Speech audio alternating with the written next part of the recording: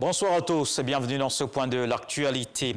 La communauté musulmane n'oublie pas son ex-guide suprême, Cheikh Ahima Traoré Mamadou, l'ancien président du COSIM décédé en avril dernier. La cérémonie du 40e jour tenue ce dimanche à la grande mosquée de la Riviera Golfe en présence du chef de l'État. Les fidèles ont fait des prières et bénédictions à la mémoire de l'illustre disparu, Jérôme Kofi Abolin.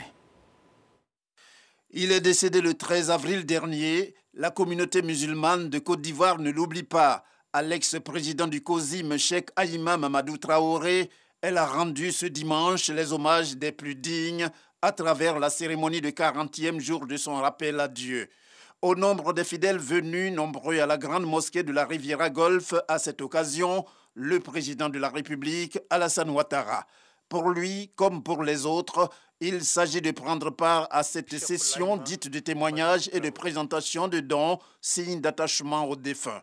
Sa contribution à soutenir la famille pour honorer la mémoire de l'illustre disparu s'élève à 10 millions de francs CFA, un geste très touchant pour lequel le porte-parole de cette famille éplorée n'a pas manqué d'exprimer sa reconnaissance au chef de l'État.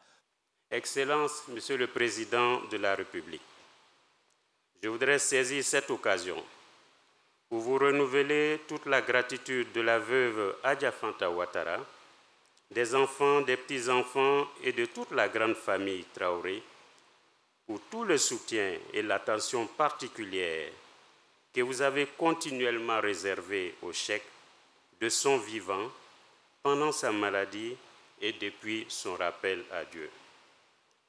Les importants dons qui viennent d'être annoncés ce matin viennent encore témoigner une fois de plus de cette grande générosité de votre part. Qu'Allah vous rétribue du plus haut degré de récompense pour votre grande sollicitude à l'endroit du cheikh et de sa famille. Prières et autres lectures de Coran ont également marqué cette cérémonie de 40e jour du rappel à Dieu de Cheikh Ahima Mamadou Traoré.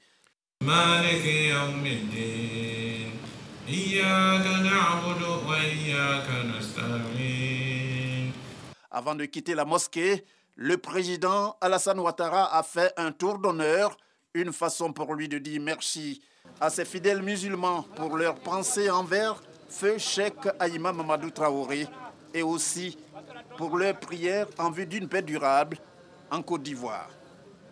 Chez les chrétiens aussi, ces jours de prière. La Pentecôte célébrée ce dimanche, c'est l'effusion du Saint-Esprit, le 50e jour à partir de Pâques.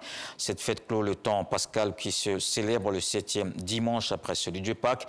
Nos équipes ont fait le tour de quelques paroisses et temples d'Abidjan pour voir l'ambiance. C'est une célébration autour des valeurs du christianisme que sont la piété, le pardon et la foi. On se rend dans la région du Hambol. Le département de Dabakala a désormais son commissariat. C'est le tout premier, construit et équipé par le conseil régional à hauteur de 44 millions de francs CFA.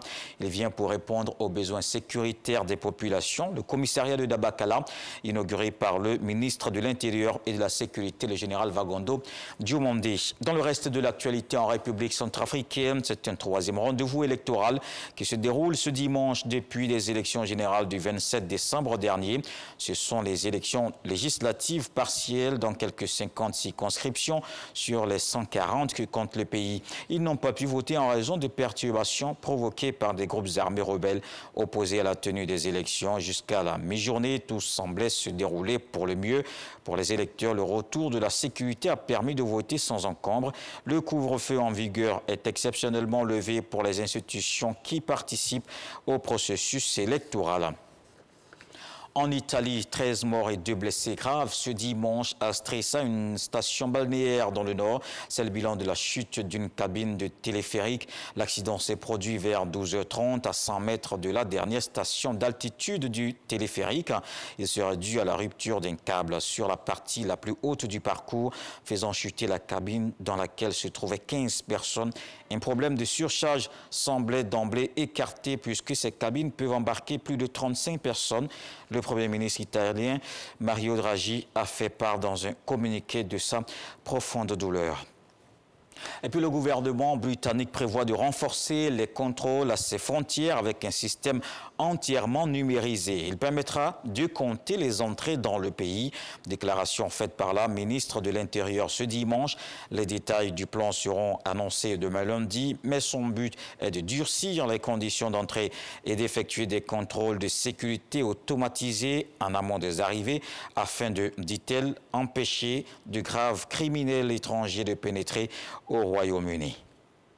Un point complet de l'actualité, c'est à 20 h. Je vous donne rendez-vous donc pour la grande édition.